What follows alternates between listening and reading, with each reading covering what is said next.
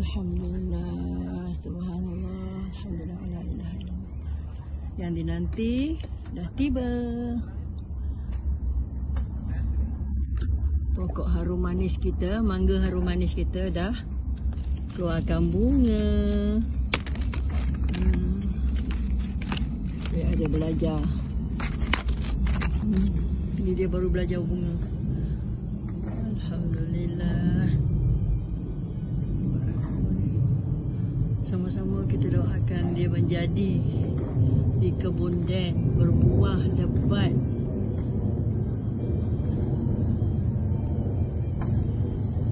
Asalnya kita hanya pruning, buang daun-daun dia kan, daunnya berlebihan tu, supaya cahaya masuk di batang dia ni. Kita dah bentuk kanopi dia yang cantik sekali.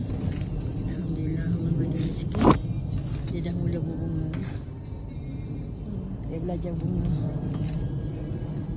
Tengok pokok dia sini, tengok dia punya kanopi cantik.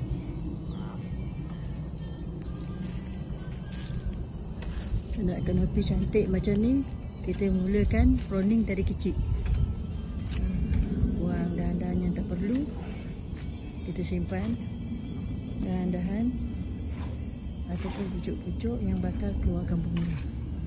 Yang ni semua dia dah memucuk baru. Dia dah keluar bunga. Di sini pun ada satu lagi nak keluar bunga tu. Alhamdulillah.